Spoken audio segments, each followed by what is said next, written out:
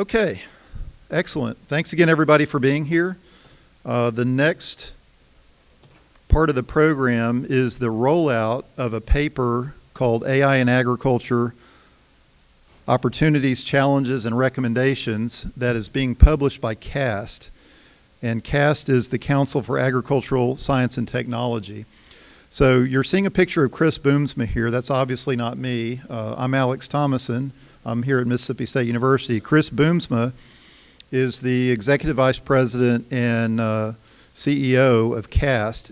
And Chris was unable to be here because of the weather that was coming through the Midwest last night. So I told him I'm actually the current past president of CAST. So I'm representing Chris just to talk a little bit about CAST for a couple of minutes. And then I'm going to give an introduction to this paper that 13 of us co-authored. And then I'm going to call up several of the other co-authors to serve on a panel. And we'll talk in some detail about some things that are in the paper. And then we'll certainly entertain questions from the audience. My memory is that we've got about an hour and 20 minutes for this. And then we've got a brief presentation by Aglaunch after that. So without further ado, again, Council for Agricultural Science and Technology is publishing this paper. But let me talk first about CAST. CAST's mission is to convene and coordinate networks of experts to assemble, interpret, and communicate credible, unbiased, science-based information to policymakers, the media, the private sector, and the public. So slightly different from what a lot of us academics are used to doing in terms of developing articles for publication in referee journals. CAST's papers are similar quality, but they're more often review type papers where experts have written on a topic of scientific agricultural science that is of interest in the particular day. And the goal is really to inform policymakers and the public so they can make policymaking decisions based on factual science. The vision of CAST is a world where decision-making related to agriculture, food, and natural resources is based on credible information developed through reason, science, and consensus building. A few quick facts on CAST. CAST is a 501c3 membership-supported nonprofit organization. It's formed in 1972, and Norman Borlaug was mentioned earlier. He was one of two of the key people who helped found CAST back in the early 70s as a result of a 1970 National Academy of Sciences report. CAST is nonpartisan and apolitical. CAST membership includes 27 scientific societies, 20 universities, including Mississippi State University, 19 libraries, 45 nonprofits, 21 companies, and over 500 individuals from 46 states and 7 countries. CAST celebrated its 50th anniversary 3 years ago, 2022. So how does CAST accomplish its mission? With the help of many volunteer contributors, 65 board members representing scientific societies, companies, nonprofits, and universities, nearly 200 active task force members working on CAST reports that are yet to be released, volunteer scientific experts as authors and reviewers, more than 1,800 volunteers since 2008. So essentially it's a volunteer job to write these papers, to review these papers, but with the purpose of informing the public and influencing regulation and policy making. So in case you're interested, please consider joining CAST, whether it be through your institution or as an individual member.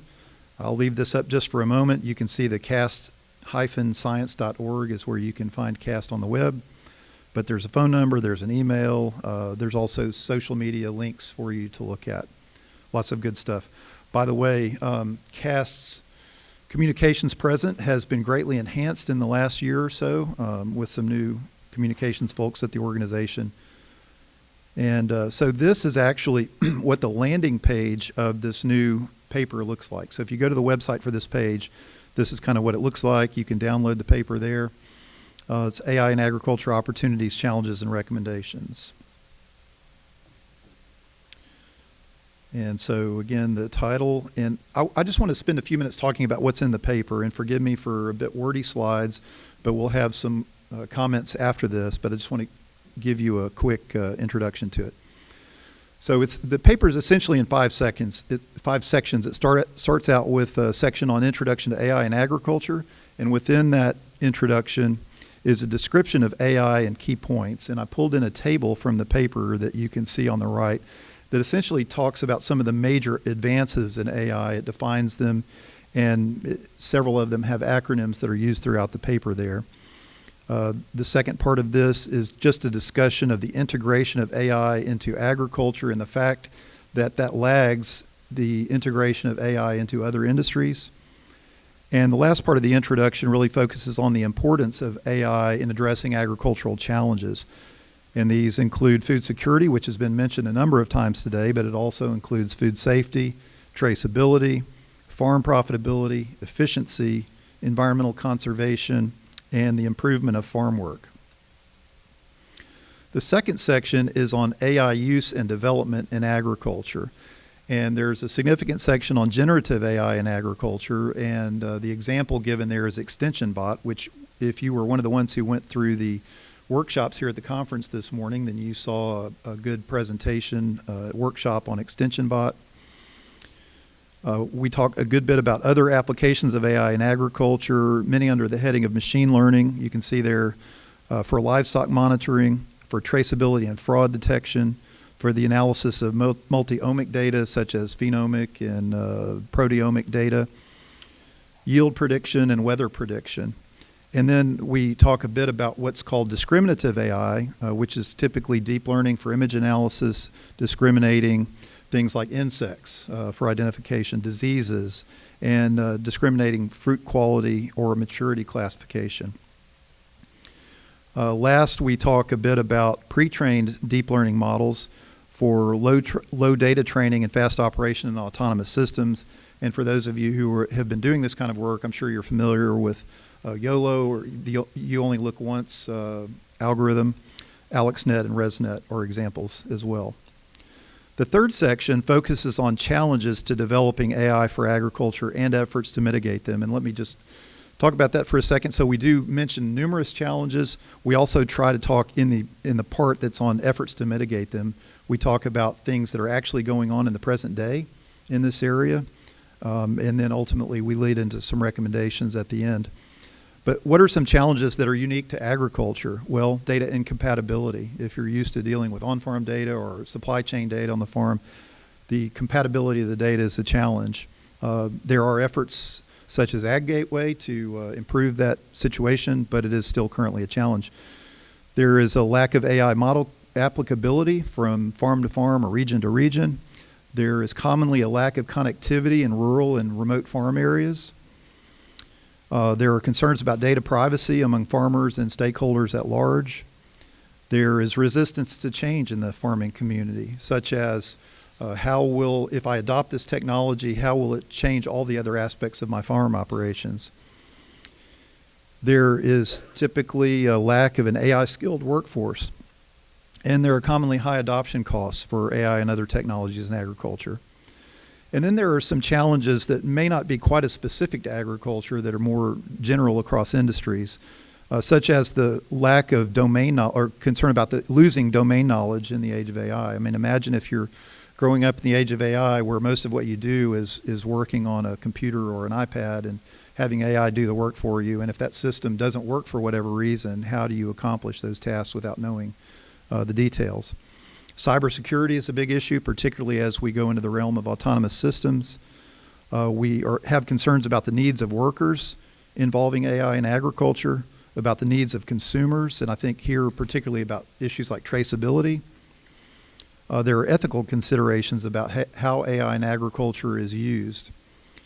And then there are obviously concerns about research funding. Research funding is critical to the development of AI in agriculture. The fourth section is 3 major considerations in developing AI for agriculture, and the first of those is promoting innovation and competition for AI in agriculture. Essentially, there needs to be sort of an environment that is set up for people to develop this technology and bring it to market. And so that means breaking down structural barriers in agriculture that limit AI's potential and adoption, collaboration across disciplines and industry sectors, and building a competitive landscape. The second issue there is advancing American leadership in AI for agriculture. U.S. has great assets such as agricultural productivity and infrastructure, the history of innovation and resources, but the U.S. also needs additional AI infrastructure as AI continues to grow, multidisciplinary collaboration, and cross-sector collaboration. And then finally, we talk about opportunities for standards for AI in agriculture. So AI in agriculture efforts commonly lack expertise in the integration into large-scale agricultural systems. So an example of this is, how do you ensure systems for AI in agriculture are safe and effective? Standards can ensure safe, efficient, reliable operation and cross-brand compatibility. Standards are documents that define best practices, protocols, and frameworks for developing products and processes across companies and industries. Adherence to standards is typically voluntary, although it can be sort of enforced, if you will, by government or by the courts, but typically it's voluntary. An example of an AI-related standard for consideration in agriculture is ISO IEC TR 5469, year 2024. And that is titled Artificial Intelligence, Functional Safety, and AI Systems. This is one example among many, but I'm just throwing it up there, so if you have an interest in this, that's something you can look up and look into. And finally, Section 5 is summary and recommendations, and most of this is pulled and condensed from the previous sections of the paper, but we're trying to give policymakers and regulators sort of a sense of the areas where we think they should be looking. And one of these is in terms of promoting a competitive environment across the industry. Second is promoting broad benefit of AI in agriculture. You know, we ideally want all scales of farms in all regions to be able to participate and benefit. Promote practical and transparent algorithms. These are the type that people can understand, hopefully, when they see the result of an AI algorithm.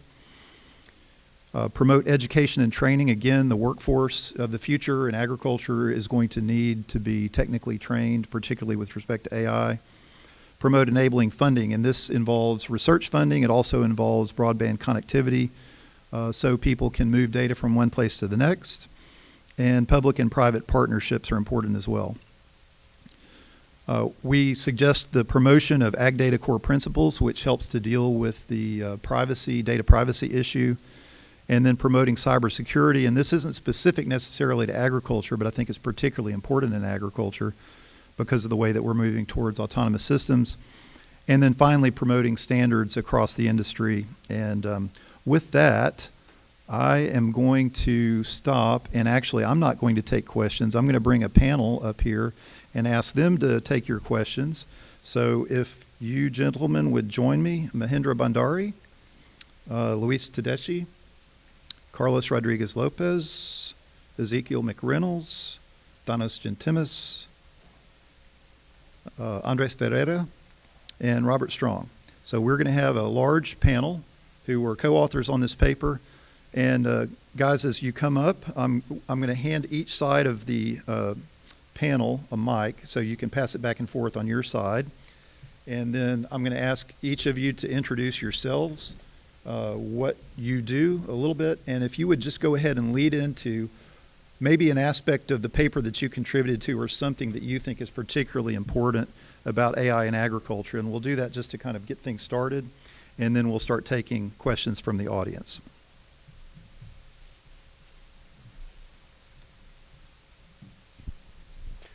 Good afternoon, everyone. My name is Ezekiel McReynolds. I go by Zeke. I have a master's of science in agricultural engineering, but I've spent the past half decade working in the DoD as a data scientist, specifically focusing on cyber and cyber-related analytic intrusions.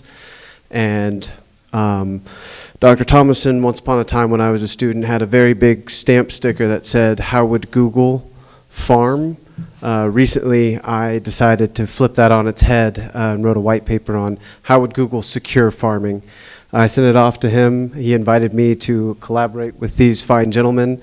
I'm really excited about the opportunity to have a discussion on what does responsible data resiliency and data privacy look like in the age of information that we're moving into from an operational technology into an information technology? Thank you. I'm Luis Tedeschi. I'm from Texas A&M University. My background is in ruminant nutrition. I'm in the Department of Animal Science, and my focus is more on bioenergetics, climate, smart climate, I should say, environment impact of ruminants, and also computer models. Most of those, the ones that we developed for the national academies, for the beef cattle nutrient requirements model, and any type of modeling we need for ruminant production. It's good to be here. Good afternoon. I'm Robert Strong, also at Texas A&M University. I'm a social scientist in the Department of Agricultural Leadership, Education, and Communications. What I study is stakeholder adoption, or the knowledge transfer of these innovations from our institutions to stakeholders, and what impact that adoption or their adoption has made. And secondly, if they rejected these innovations, I also measure that and examine why they have rejected those and what we need to do to either revise the innovation or revise our messaging or marketing strategies that promote adoption. So, as Alex had there on the screen, that section 3 and 4 of the paper, particularly me, I'm section 4, to promote the innovation and also to break down those barriers to adoption, or as we call those, break down those resistors. Thank you. Good afternoon, everyone. My name is Mahendra Vandari. I also come from Texas A&M University. My background is I'm trained in agronomy, but got a chance to work in the intersection of technology and crop production system. And in my program, we work a lot on utilizing remote sensing technologies, such as satellite, UAVs, and small robotic platforms to collect the data sets, develop decision support tools, and things like that. And in this paper, I was focused on the application side of AI, as well as a little bit on the education component in this paper. So looking forward to the discussion. Thank you. Well, I'm Carlos Rodriguez. I'm not from Texas A&M. I'm from the University of Kentucky, Department of Horticulture. I'm interested in epigenomics, and in particular environmental epigenomics, how the environment and the genome interacts. In particular, I use epigenomics to look for biomarkers that can predict quality, but also that we can use to predict disease or the exposure to the environment. In the paper, I focus on the use of multiomics or the application of AI and machine learning to analyze multiomic data sets. Hello, everyone. I am Thanos Gentimis, and I'm not part of the Texas A&M yet. I'll be joining this summer, though. I am currently at LSU. And my background is in mathematics, statistics, and data science. I'm more involved in the theoretical aspects of AI, but also recently I've moved into the general application, especially in agriculture. With respect to the project, the paper, I was involved in the theoretical aspects, but also I'm very interested in ethical considerations, workforce development, and what are these problems that can be let's say, addressed immediately with AI. Thank you. Hello, everyone. I'm Andres Ferreira. I work for Syngenta. I'm originally an electronic engineer, but drifted greenward since then. My master's was in agrometeorology, and my PhD was in agricultural and biological engineering at the University of Florida. And there I learned how to solve a series of problems using crop simulation models. But as I tried to apply those in large systems, I became very frustrated seeing the limitations that a lack of data interoperability created for being able to scale these systems up. So for the last 15 years or so, I've been primarily working on enabling data interoperability, and a big part of that has been in international data standards organizations. So I have worked as a volunteer in Ag Gateway, that was mentioned earlier, in the Ag Electronics Foundation, that we'll probably hear more about tomorrow, and in the International Organization for Standardization, ISO, where I chair a new technical committee on data-driven agri-food systems. And in this paper, my primary concern has been scale. How do we scale things up through standards? And so that's part of the section 4 that was mentioned by Dr. Thomason. So thank you very much.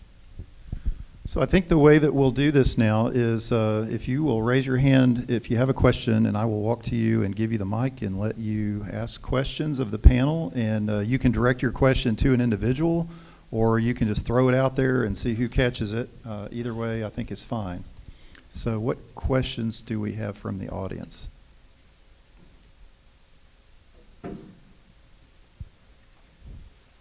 Ed, your hand halfway came up there, so I'm assuming that was I have a question.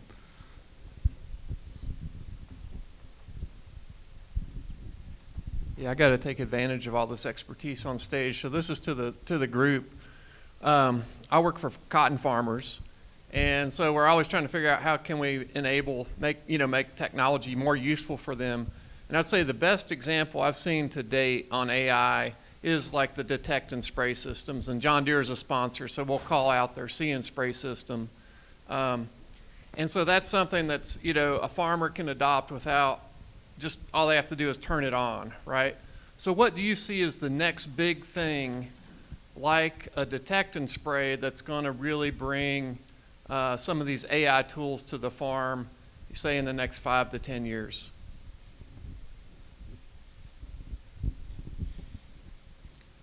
Who wants to be gutsy and jump on that question?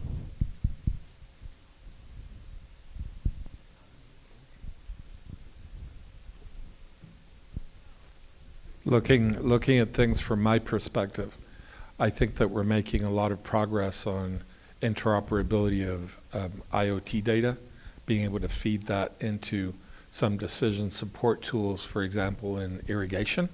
So I wouldn't be surprised if irrigation scheduling becomes something easier to do. It's paradoxically, although water is an increasingly scarce resource, the fraction of growers and ranchers that actually use scientific irrigation scheduling is quite low, in great part because it's just so hard to pull together the pieces that you need to make principled decisions. So as our AI-assisted interoperability improves, I think that that scientific irrigation scheduling will get easier as well. I don't have a specific answer, but I can tell you this. From data that we see, every application that is related to drones, capture data from drones, that has the biggest potential nowadays because the adoption of drones is the fastest growing, precision ag tool right now. So if you're working in the space of data is being captured by drones somehow and then turned into an action, you're in the lead. If you extend the time period from 5 to 10 and make it, let's say, 20 to 25, autonomous tractors, like moving away from having the man sitting on there and just being somewhere in their homes and navigating it autonomously or just barely looking at it. I know there's a lot of hurdles for that, and right now there's no legislation for it. But if we put these two, I think any sort of application that comes from like analyzing images through drones and any sort of automated, auto steering at on steroids, basically those are the two candidates. That was not a mic drop. That was, well, I think what we also need to think about how miniaturization of sequencing devices, DNA sequencing devices, is going to affect our farms. I think one thing that we could see very soon is the release of tools to predict diseases on farm using DNA sequencing. That is something that we probably see in the next few years. Okay, I can start from here. So again, I think the example that I'm giving might fall into the narrow AI and a little bit more specific working in cotton as well. Is Thanos mentioned the autonomous system, but I think it would be the swarm robotics that will be the future. Multiple autonomous systems working together, maybe drones and the ground vehicles working together, making decisions with minimum interventions from the producers. That I think will happen.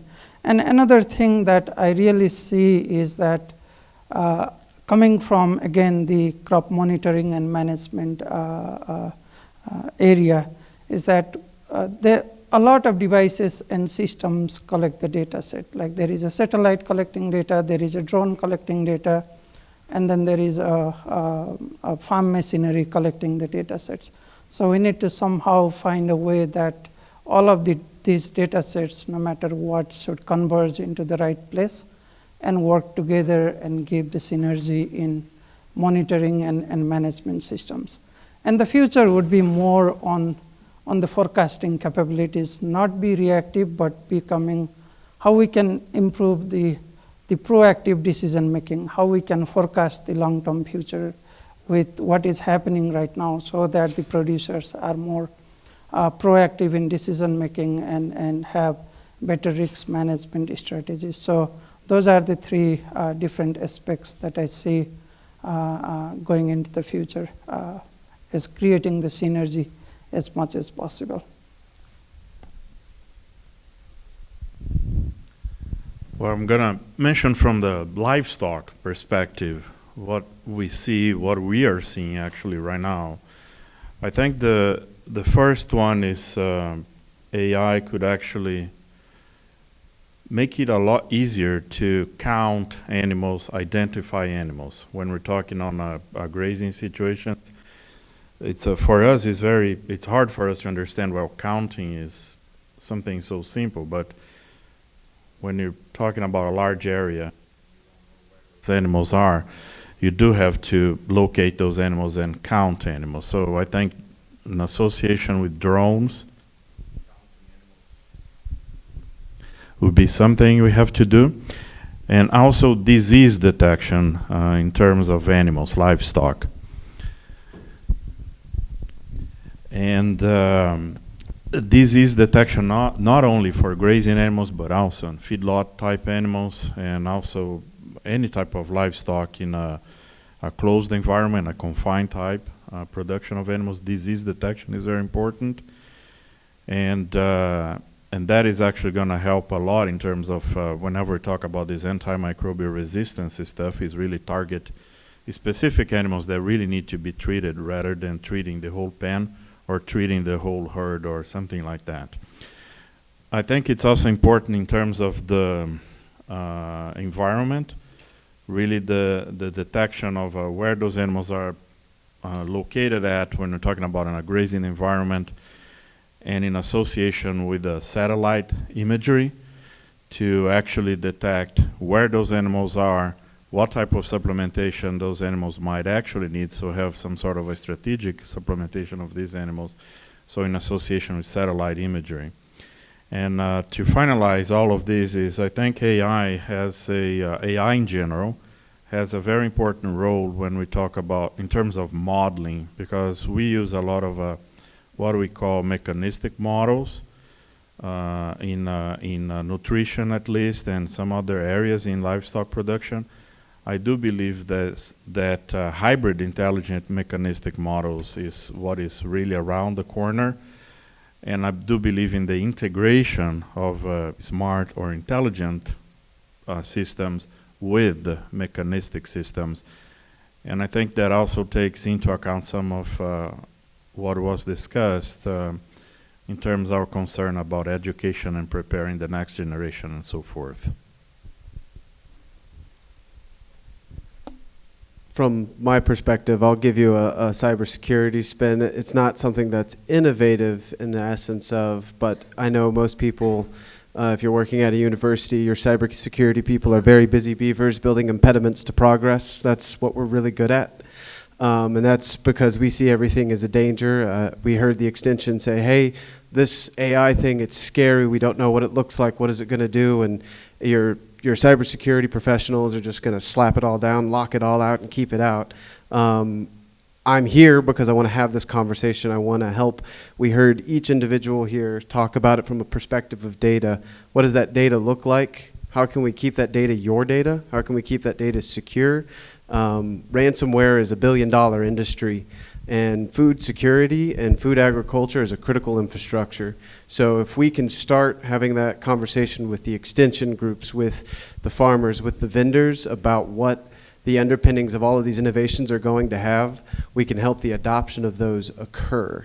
So instead of being the busy beaver building those impediments, we want to help that flow and get you there faster but securely. Yeah, my take on your question would be a lot more effort on our part to engage growers in terms of what they believe they need or what they think they need. And I don't necessarily mean bottom up or top down.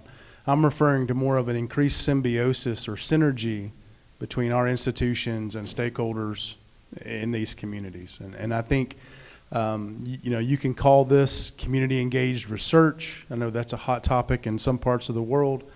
That might help us better build more trust in our brands or trust in academic pursuits or research pursuits. But also, as Alex talked about earlier, in that section 4, that would help, and I totally agree, that would help us positively influence knowledge transfer or adoption of these technologies, as you said, in the next 3 to 5 years or 5 years from now. So in summary, I think we all could do a better job about engaging commodity boards, local stakeholders in rural communities. And in the back of my mind as I'm saying this, I'm thinking about our current administration and what they're trying to do or focus on the actual stakeholders or ranchers and growers. Okay. Other questions?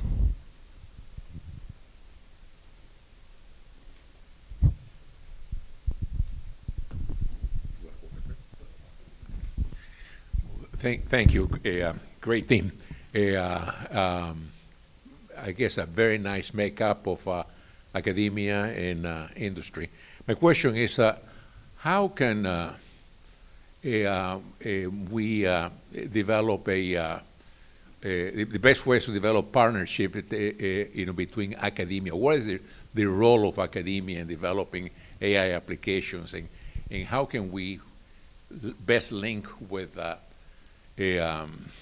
technology companies to foster the technology all the way from the implementation to the delivery to the farmers? And in academia, we're very good at solving problems, but we're terrible at developing finished products and marketing those products. How can we, if CAST will have a function in that, how can we develop a system that will help to link between the academia to private companies and to develop technology, AI technology?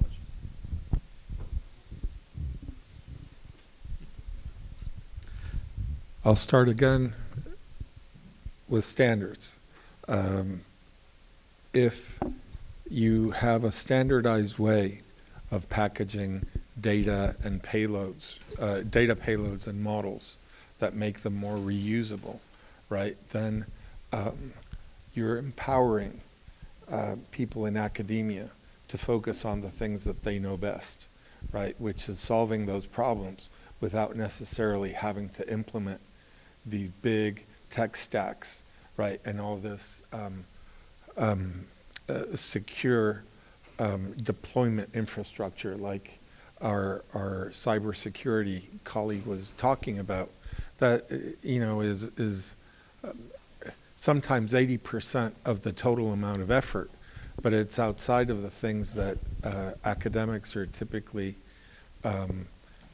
being paid to do, if you will.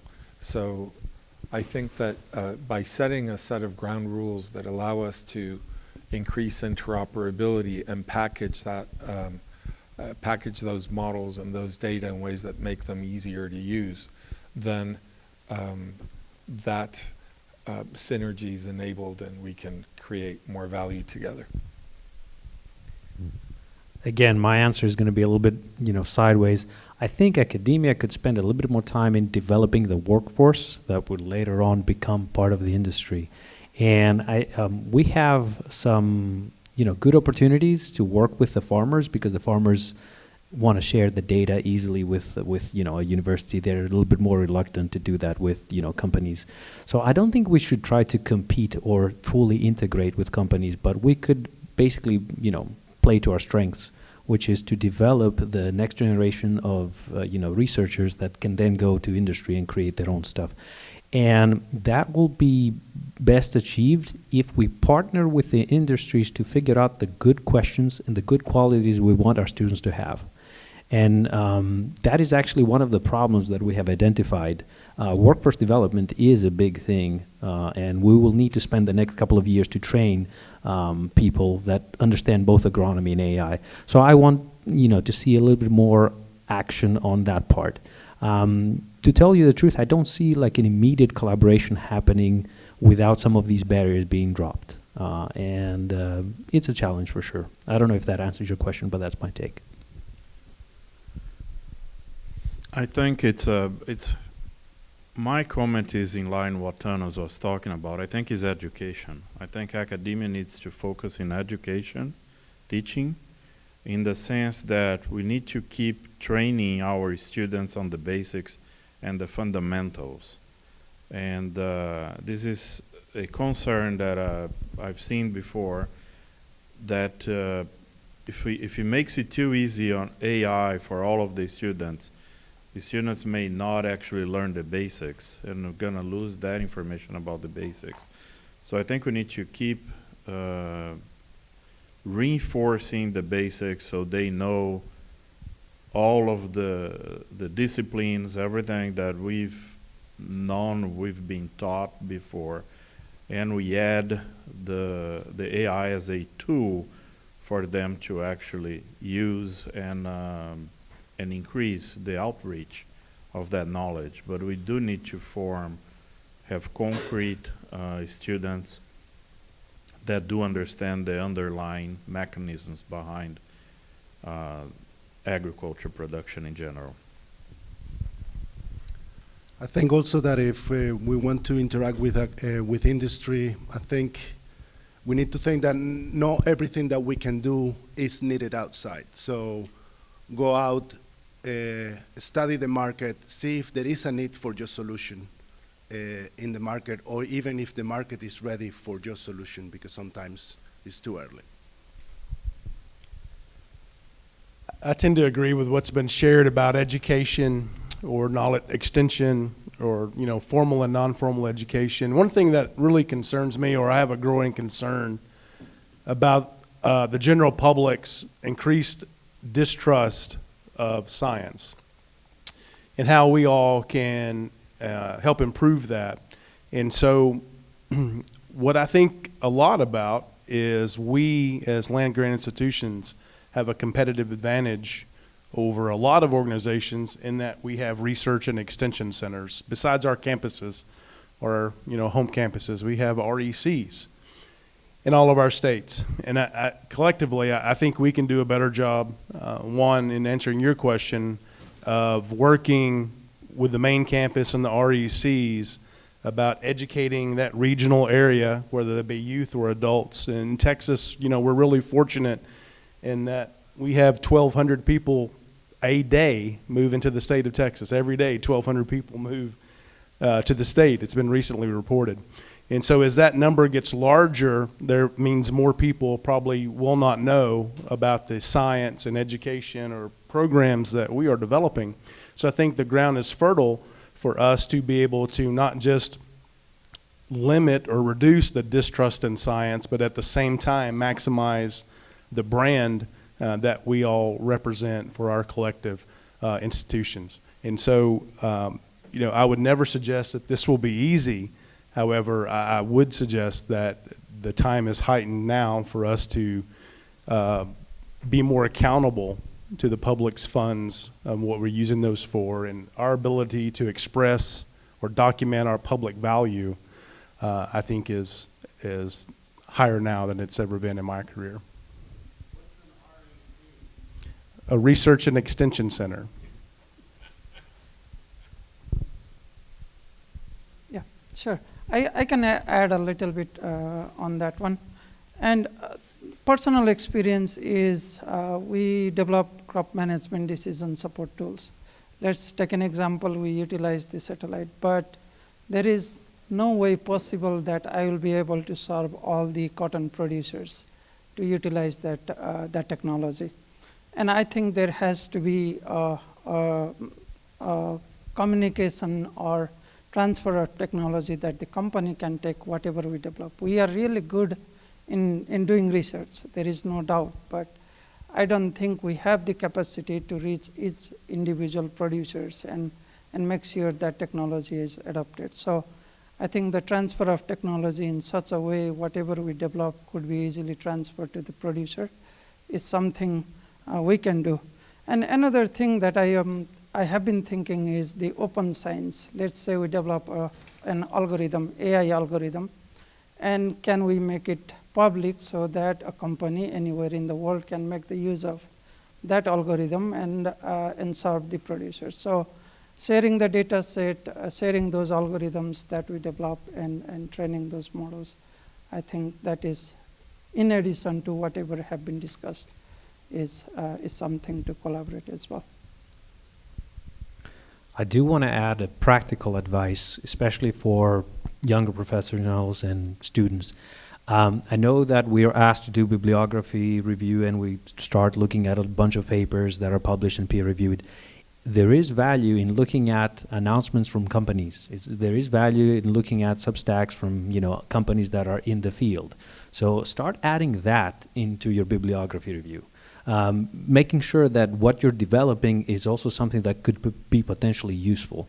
So if you're trying to find the bridge, start looking at what that side is researching, what that side is interested in. So perhaps if you are a graduate student trying to figure out what to do, add that in your bibliographic review. Just like maybe it also increases your potential of finding employment later on, but it also makes sure that what you're researching is relevant to what industry is looking for at the time.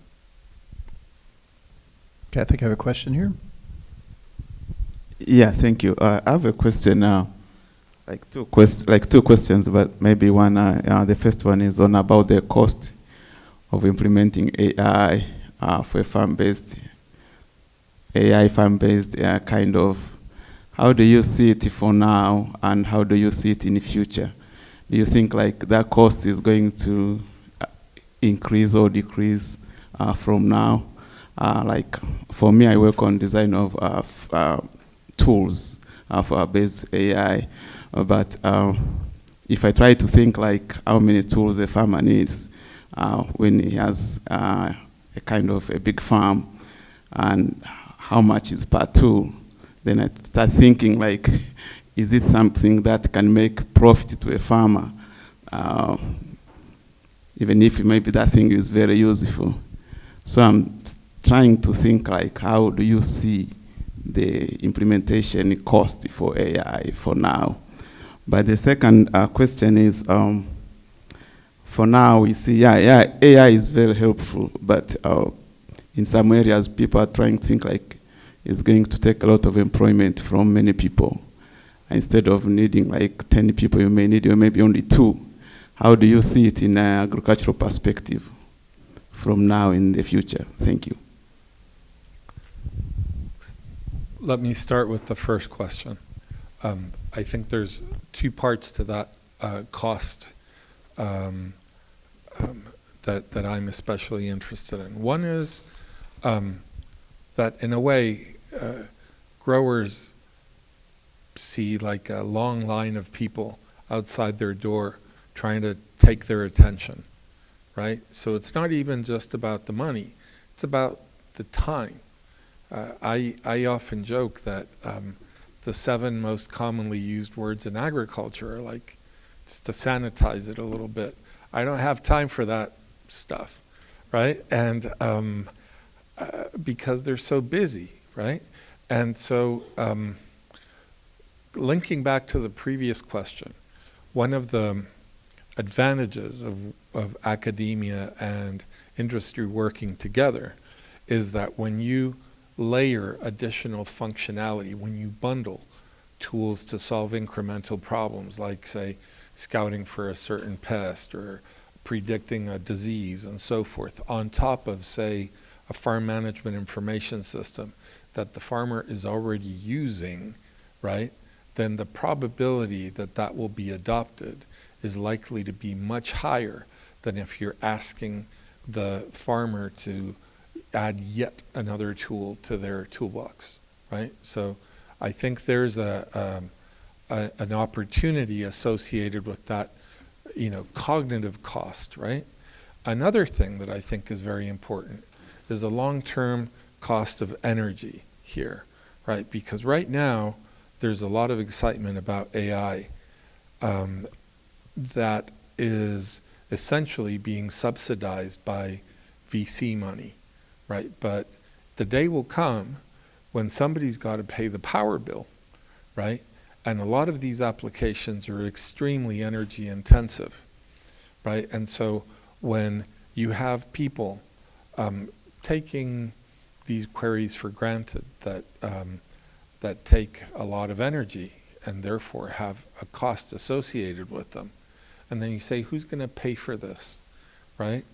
So I think that's going to force us to have to come to a reckoning of what things are truly useful and worth the operating costs and which ones aren't. And about your second question, let me think about it for a while. Let's let the microphone go around. Thank you.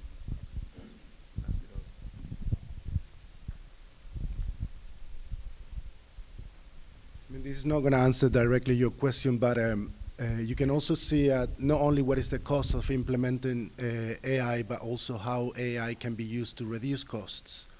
For example, instead of having to look at just an example from my research, instead of having to look at 57 million markers across a genome, using AI, we know that we only need to look at only 64 of those 57 million markers. I mean, the cost associated to that in order to predict a condition is going to be greatly reduced just by the use of AI that is also participating in the process of then analyzing those results.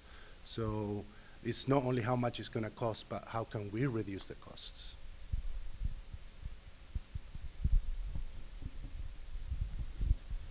Yeah, I think from a livestock perspective, at least, say cattle, for instance, I think it's AI. It's probably not going to apply for everybody, right? So it depends on what is the size of your ranch and number of animals you have, and what are the main problems you have, and what you're trying to solve. So I think this is a case-by-case scenario. So for some, yes, it will. For some, it will not. It's probably going to cost more money and never going to be able to recover that money.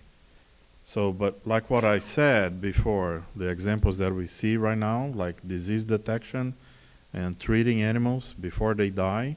So you're saving on that animal, and you're saving on treating all of the animals at the same at some point in time.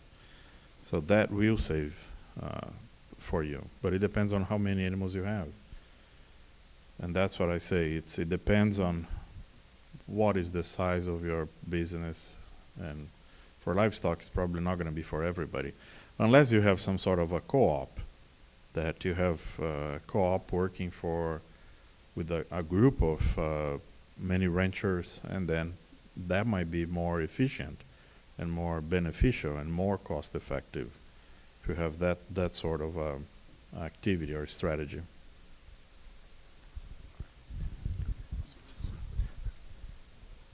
I appreciate your question. This is not an ideal response to your question, but one thing that, I wonder if we flip the question and ask, what's it worth? Not what's it cost. And I totally agree with my friend Luis here. Academia is not for everyone. AI is not for everyone, based upon their goals. So, but for those who it could be for, I think an appropriate question is, what's it worth? What would that be worth to them? To add to all the comments mentioned, one example that we have, an ad mentioned the see and spray technology that was developed by John Deere, very much adaptable, but very much expensive. And there is another company which is called Weed IT. What they did is they developed one single unit that does similar to what John Deere see and spray does. And then that single unit was again retrofitted to the current sprayer technology that the producers has. And instead of spending $200,000-$300,000, now producer might be able to do almost similar thing with $7,000-$8,000. So the essence of this is, the hope is that there will be a lot of companies coming up, and the presentation early was not that hopeful, but the competition will be more, and the cost for the producers to implement those technology will hopefully eventually go down with more innovations and more technologies that could be integrated in the current farming system will be evolving as time goes on. So, if I could add just a touch to that question, and I think one of your questions was about the replacement of workers with AI or autonomous systems.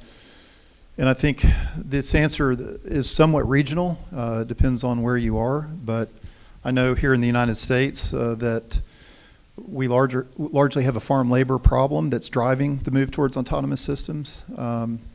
And so it's not so much that we're displacing workers, it's that we're trying to make up the gap where workers are unavailable to a large extent. And again, that's regional. I mean, it depends. But I would say worldwide, that is an increasing trend that farm labor is less and less available. But again, it's somewhat regional. The other thought is that when you talk about the expense of AI, I think it really depends on what technology that you're talking about. If you're talking about an electromechanical system that does amazing things, and See and Spray was mentioned, it does amazing things. It's expensive, so you have to have a large operation to be able to afford it, or you have to have a cooperative or some kind of service model that allows individual farmers to pay for it on a, let's say acre by acre basis. And so some of that depends on the business model. But AI is so varied in terms of the technologies that it touches. I think that David Clifford, you mentioned, it was Penn State, let me remember. Yeah, Plant Village. And I believe that, part of why that was done was to enable people who had an iPhone virtually anywhere just to identify a weed or something like that where there was a problem. And so the cost is minimal with that. I mean, you've probably already got the technology. It's just a matter of downloading an app that can do this. And it gives you a tremendous benefit that you didn't otherwise have. And so, again, I think it kind of depends on the technology to some extent, but service models or business models are part of the answer for the more sophisticated, more expensive equipment that uses AI. Okay, other questions? I want to add something Please. about the workforce problem. I don't see replacement, I see change, meaning a person that used to be a farmhand now is the drone operator. A person that used to be, the person that, creates the furrows is now the one that's leading the robot. So yes, there might be some sort of adjustment that needs to happen, but I don't think AI is replacing humans at this stage. AI is enabling them to move around and find something a little bit more meaningful. And I have a bunch of examples for that. Remember in Florida last year that we went and saw some people that were herding the cattle with the drones. And they told us like 4 years ago they were doing that with horses. So it was the same person exactly. So you might see that in the beginning. Now, as Alex said, we already have some shortage, let's say in specialty crops, in strawberries. They need like automated systems because they can't find people. Now, globally, I don't know what's happening, but I believe in the beginning, for the first 5 years, there will be this shift. People that used to do something, they're now going to be doing something AI-enabled. So that's the hope over there. But yeah. Okay, in the back. Alex, just a quick comment. Yeah, go ahead. To echo what he just said, in my ISO committee, I've got 46 countries participating.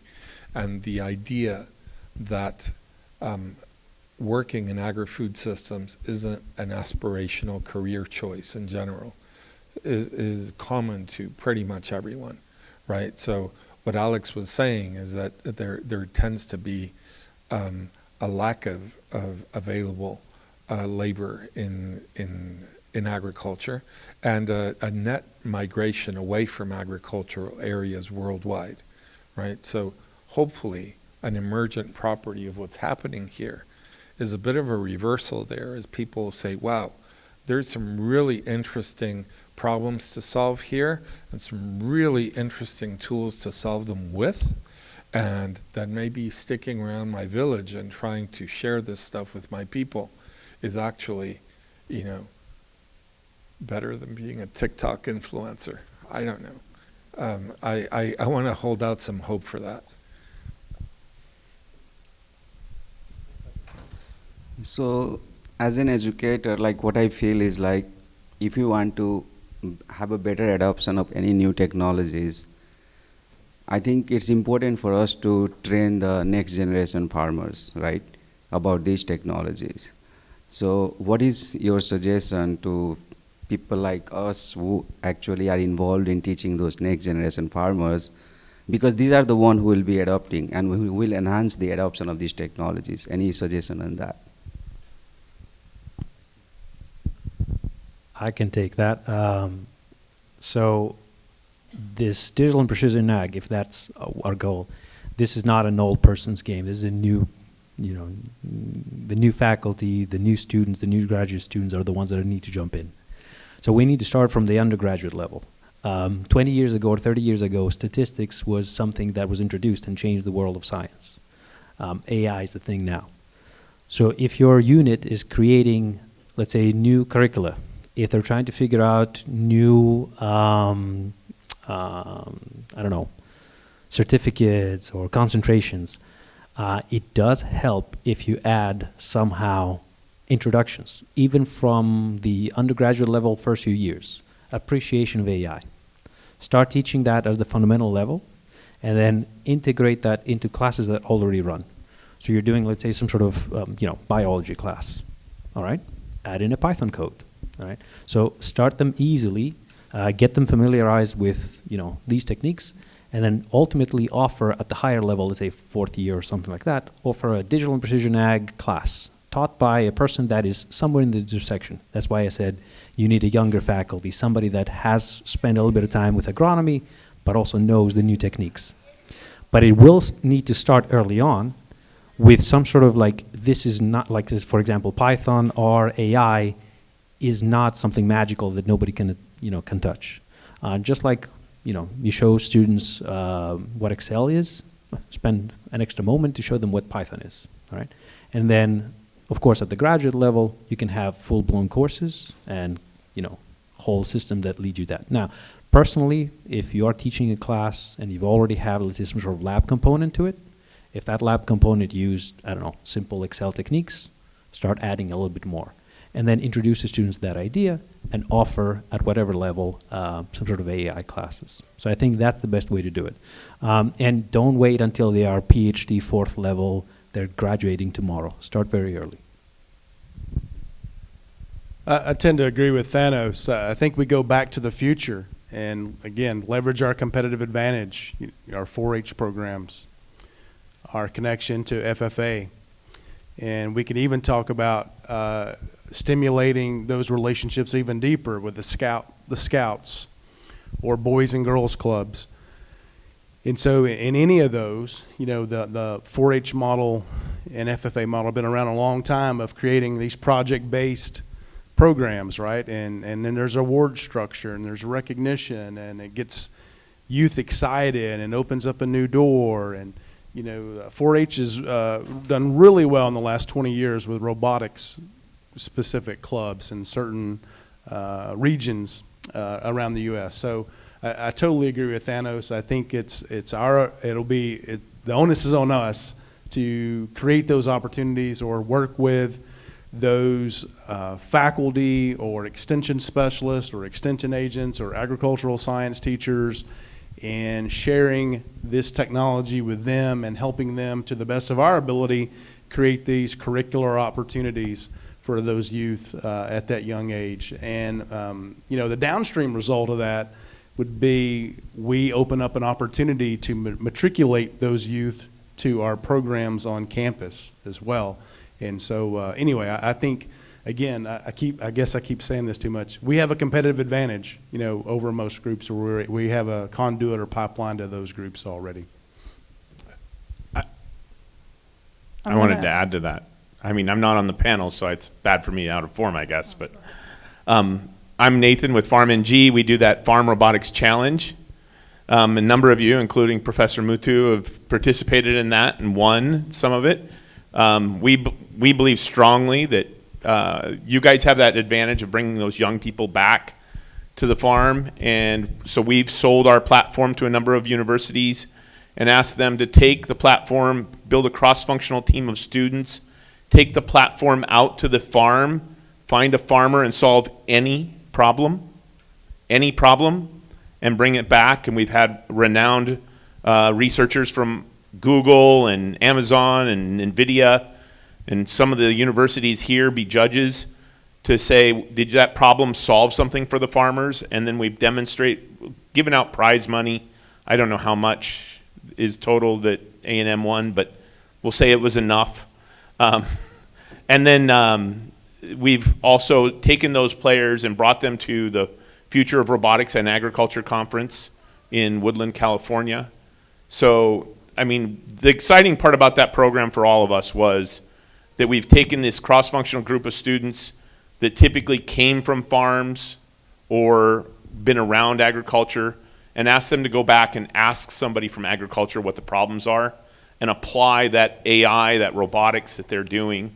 We've had Hartnell Junior College students compete right up against Carnegie Mellon, and we got excited about it to the degree that we've now created a program for high schoolers to just build the Amiga from the ground up.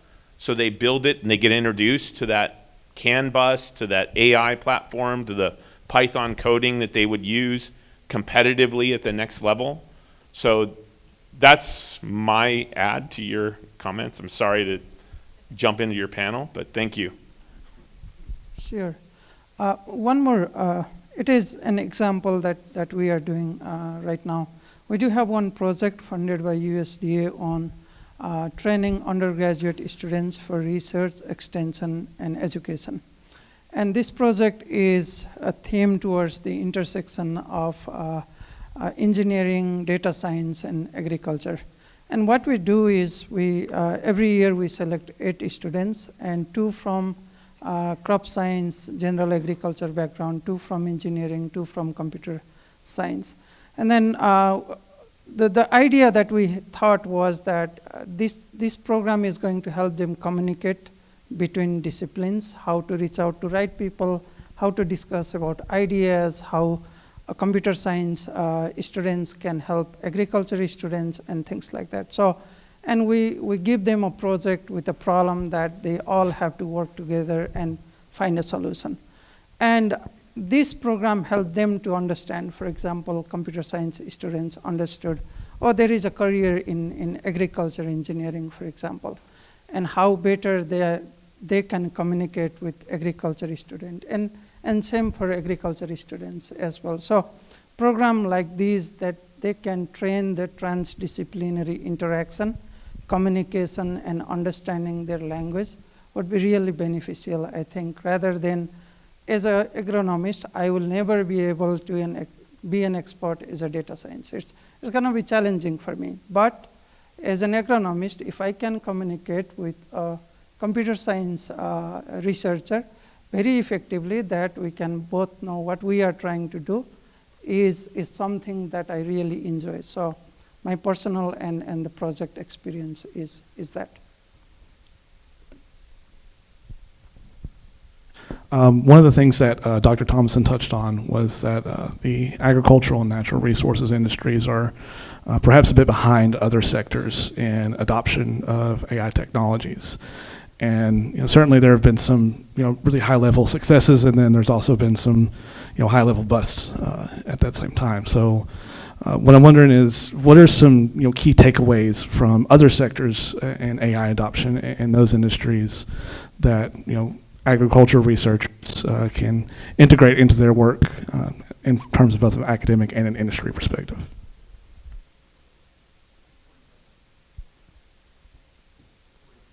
Before anybody jumps in on that, I'm going to take one last question, so please go ahead and answer this, but I'm going to take one last question, then I'm going to give you all a challenge to think on the recommendations that the paper gives, and I'm going to put them up on the screen so you can look back at them and just say, that's the one that I want to really mention, as emphasize, if you will.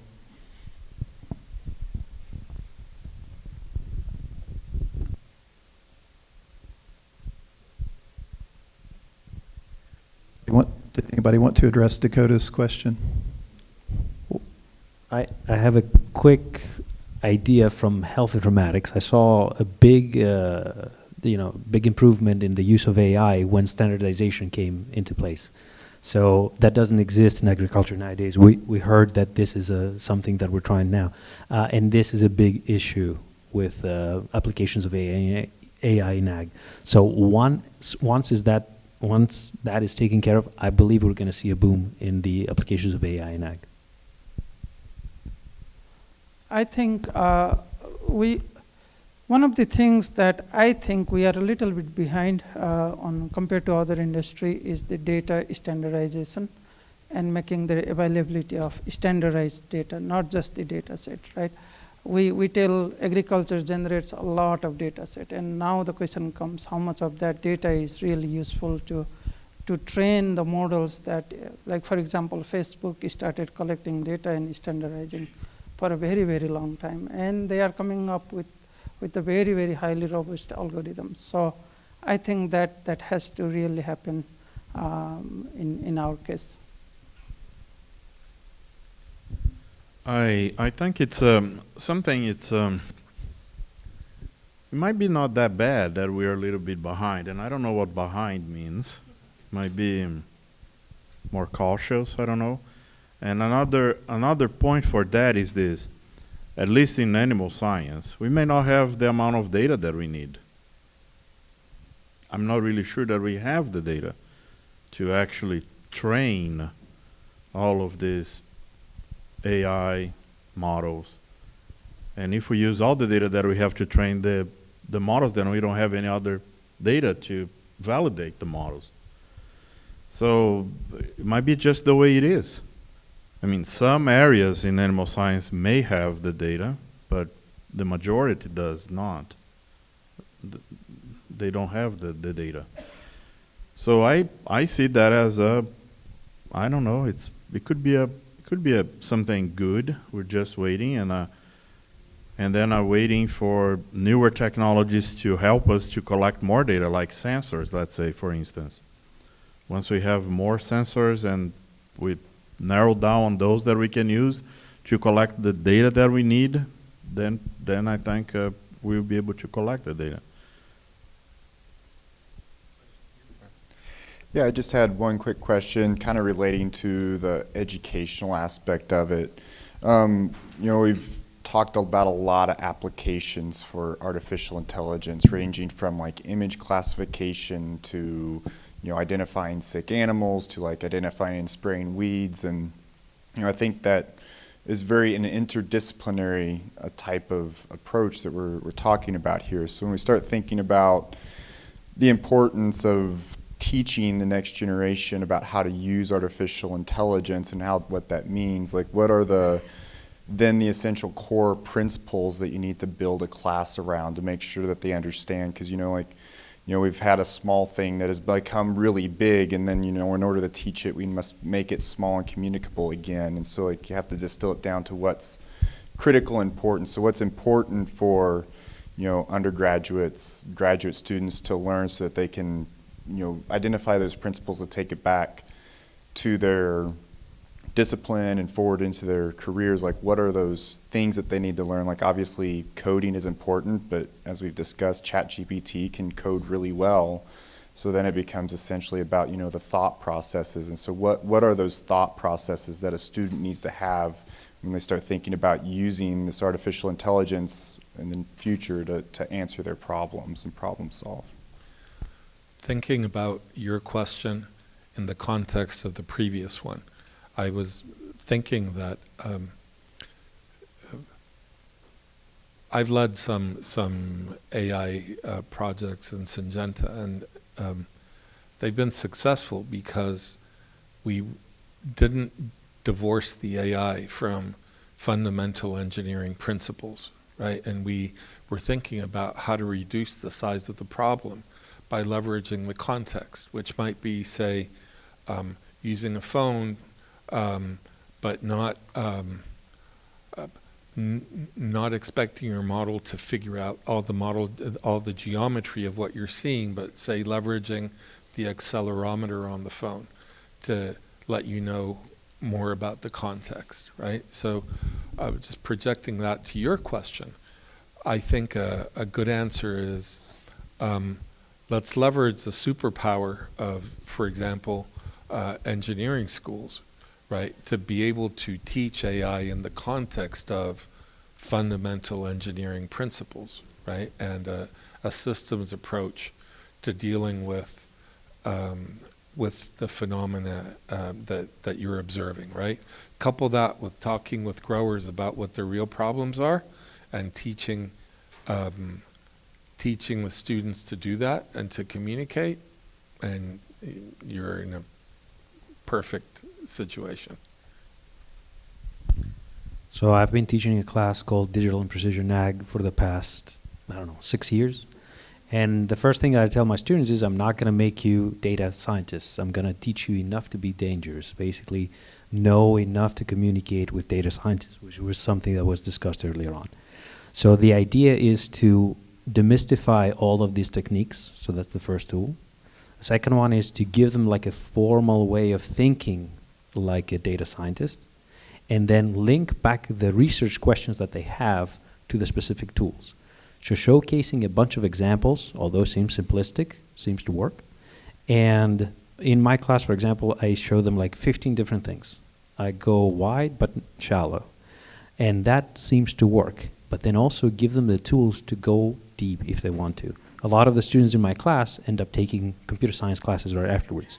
Because once they go around the problem of, oh my goodness, this sounds so hard, they are able to dive deep. So those are my advice. So I'm going to stop our questions there. Thank you, audience, for the excellent questions. But before we wrap up, I would ask, and I'm going to start with Carlos. By the way, Carlos is leading the judging of our poster competition. So he's got to go in a couple of minutes. So I'm going to ask him to answer first.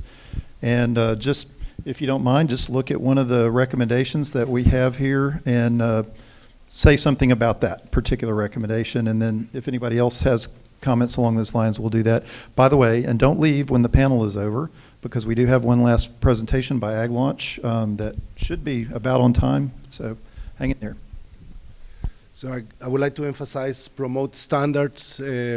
As you know, AI machine learning feeds on data. If we don't have standardized data to develop those models, we're not going to be able to do it. And also curate your data. Make sure it's not only about making it standard, but also curating it and also sharing it. You cannot sharing it in a way that can be used. Have a look at the FAIR standards of data sharing, and also well, this is a criticism to ourselves.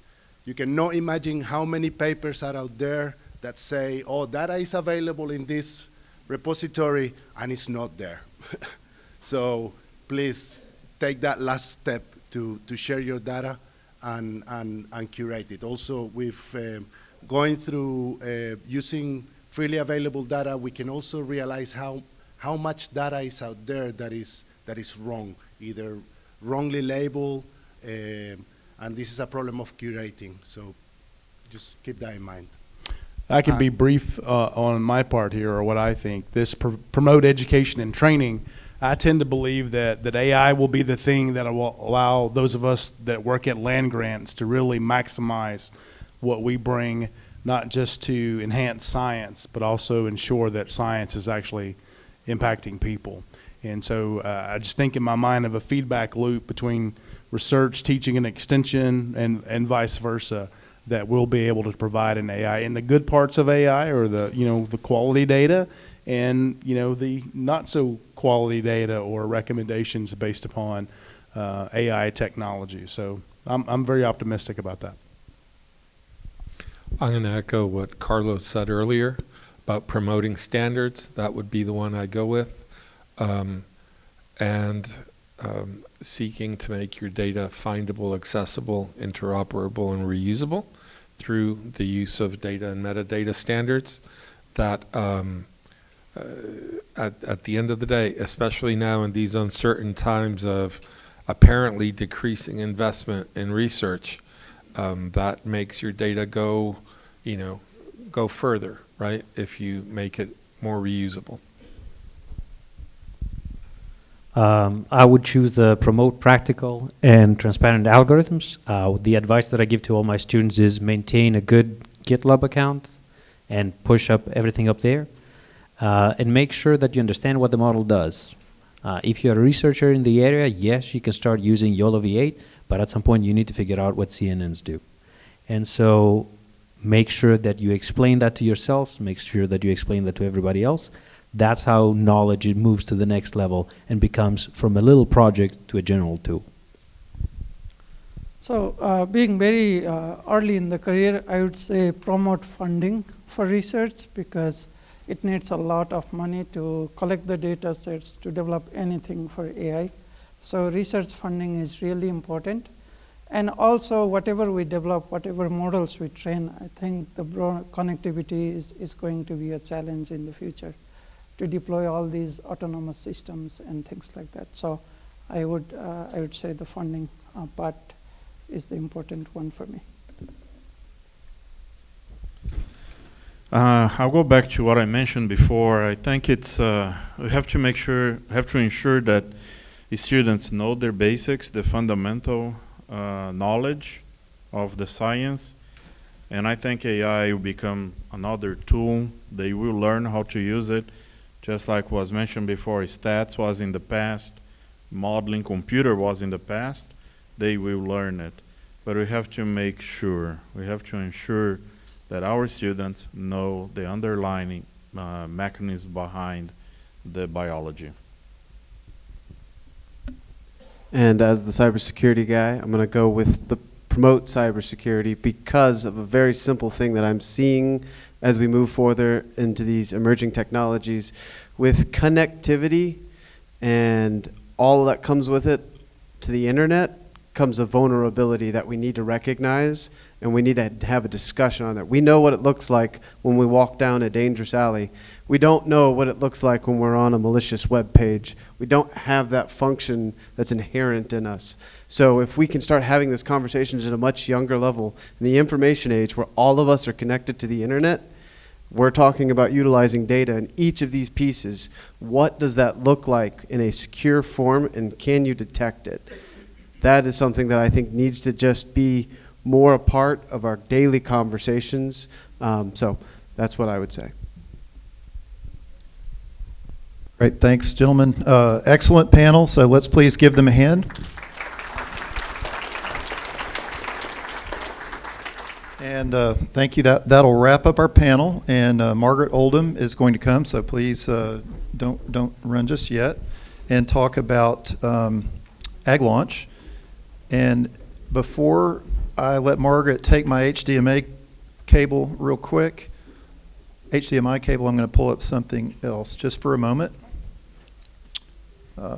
Just 30 seconds is all I need, Margaret.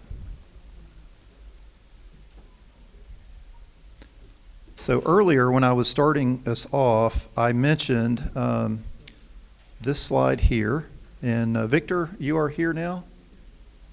There he is. Victor, would you stand up and raise your hand so everybody can see who you are? So this is Victor, and this is his QR code. Oh, stop that. There we go. And so he's interested in interviewing you relative to Precision Ag Basics, the second edition, and just some things related to that. So please, if you're interested in doing an interview with Victor, take a picture of the QR code real quick, and then he will reach out to you. And that's it. Thanks, Victor.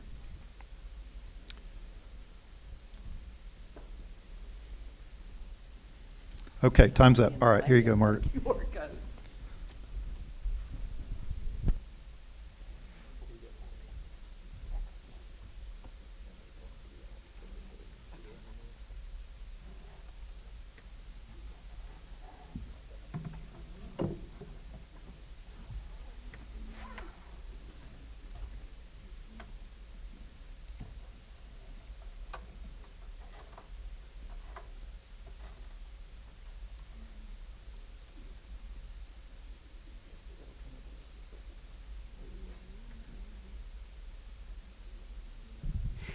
Hey, good afternoon.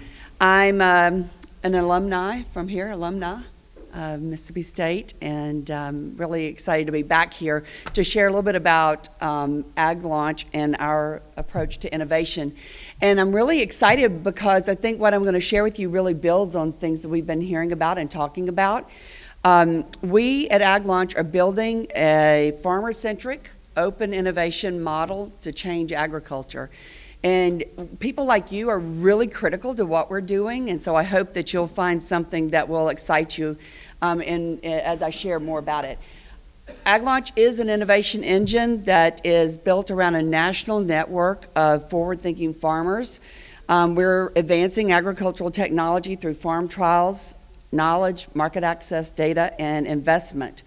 So we're really putting farmers at the heart of innovation, and I've been really pleased to hear so many people mention today how important that is.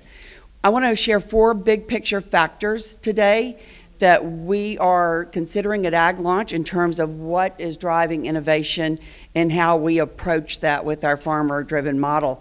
The first is to build technologies that change the ag game. If you think about just this geography of the Mississippi Delta region in the Mid-South, about 1.3 million acres in annual crops, very driven by commodities, we have a goal to help drive about 5% of those acres to a higher value, nutrient-dense crop. And we believe that that could really bring in about $2.5 billion to Farmgate, in terms of Farmgate revenue, drive more jobs and opportunities. But there are a lot of barriers to do that. And one of the major ones is replacing field labor, having attribute-based crops, and then aligning farmers and capital. So I think some of the autonomous vehicles and work that you all are doing is really critical to make this happen. We've been partnering with the World Wildlife Foundation to consider what this looks like.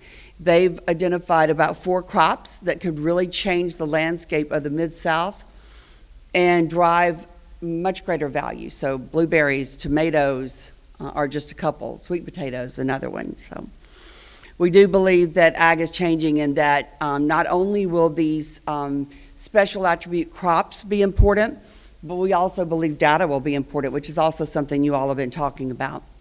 We do know that there is a need for ecosystem alignment. This is something else a previous speaker alluded to. At Aglaunch, we're funded by a lot of grants, like many of you in the university system, and the USDA, the SBA, EDA, actually the Tennessee Department of Ag have all funded a lot of our work. So we use the public funding and private equity as well. We've built a model around farmer-selected startups and farmers that fit in that 2.5% of innovators. Combined that with the public funding and have created a model that is driving innovation in ag today. We developed a gold standard based on farmers to help identify, support, and scale ag tech. Again, something I've heard a lot about today. So our farmers are involved from everything in terms of selecting through a farmer vote, where they vote on the value to the industry, the value to their farm, they're interested in trialing the technology. And a lot of our technologies spin out of universities like the ones that you all represent. Ultimately, the farmers select that. We believe that farmers should be the driver of a systems approach that supports startup founders. And we want those farmers to be involved early. So at the very idea of a concept or as you're initially starting to think about something, getting farmer involvement early is so critical to actual success. What we see so often in ag tech commercialization, and I believe the ag industry gets a bum rap as slow adopters, and farmers get a bum rap as being slow adopters because they're not involved in the process. They're brought in at the very end when you're ready for them to buy it, and guess what? It doesn't work. And I'm going to give you an example of what that looks like in just a moment. Again, I mentioned the 2.5% of innovative farmers. Just like any bell curve, there are early stage farmers that are willing to try something that's not completely baked. And these are the farmers that are even before early adopters. An early adopter wants it to be pretty much ready to go on the farm. We know it's right when a farmer says, can I tinker with this? Are you willing to do this? That's going to have to change. And the startup is right when they're like, yes, how fast can we do that? Our farmers are really looking at the major issues in farming today. You all know these: labor, water use, soil health, climate smart, animal and worker well-being, biosecurity, and traceability. We work with a group of farmers who take startups from proof of concept all the way to scale, and we've got a process to help do that. This is an example I wanted to share with you. In May of 2022, much of the Mississippi Delta was underwater.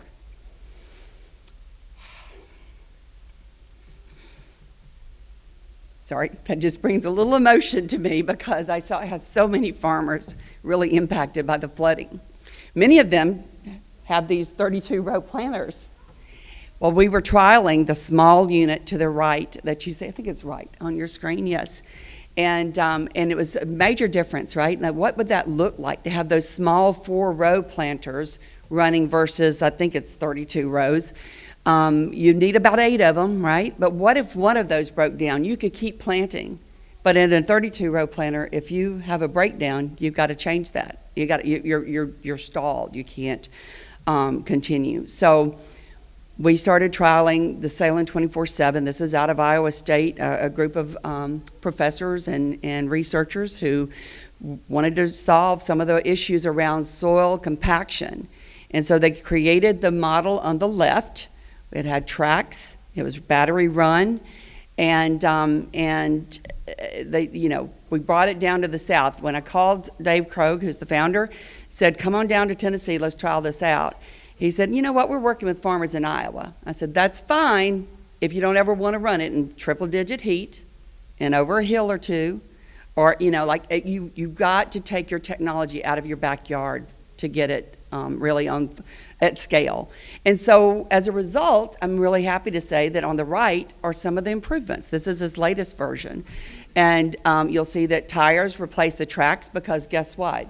In West Tennessee, those tracks came off constantly.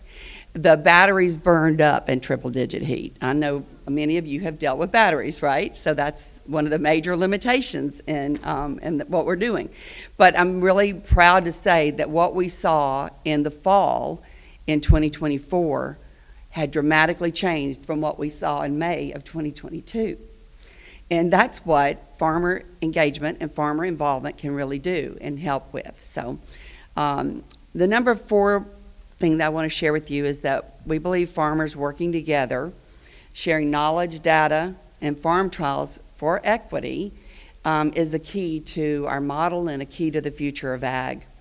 We have a group of farmers across the nation that are forming a network where they serve as the incubator for startups, and we use the open innovation model. I could put on the map all of the startups and where they came from, but we're pulling technologies from non-ag schools like Duke all the way to ag schools like Mississippi State and others.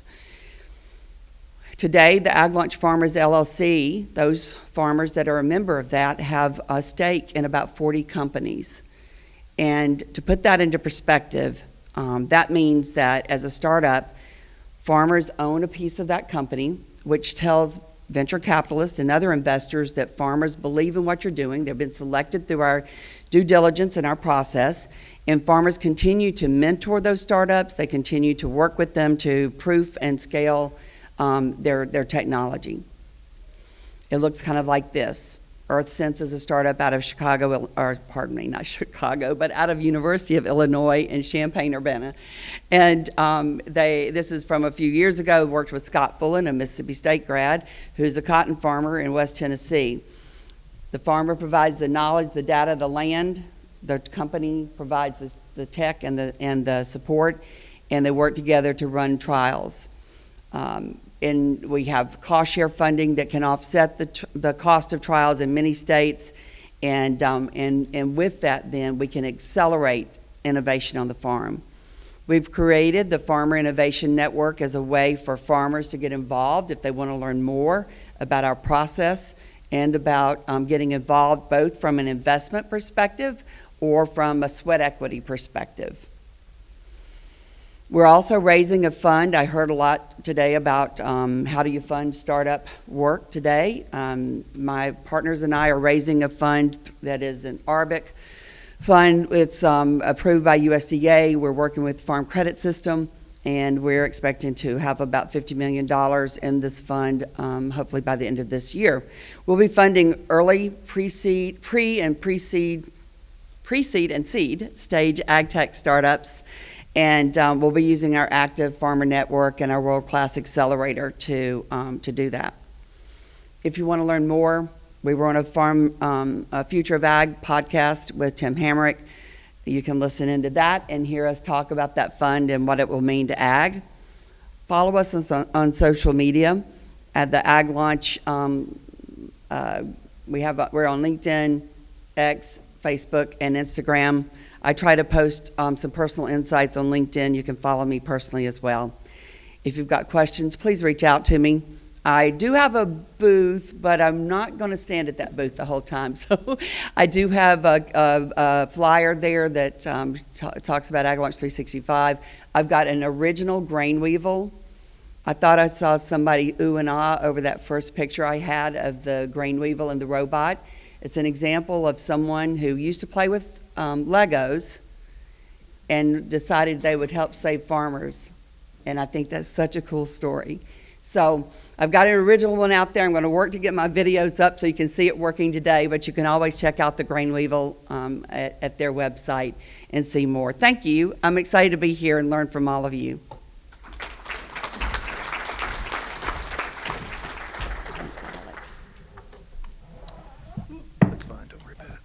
Thanks very much, Margaret. So we're essentially adjourned here, but before you run back to the hotel, don't forget that we have a poster session that started a couple of minutes ago, and that runs till 7 o'clock. And if you go straight down the hall to the next hall and turn right, you'll see it.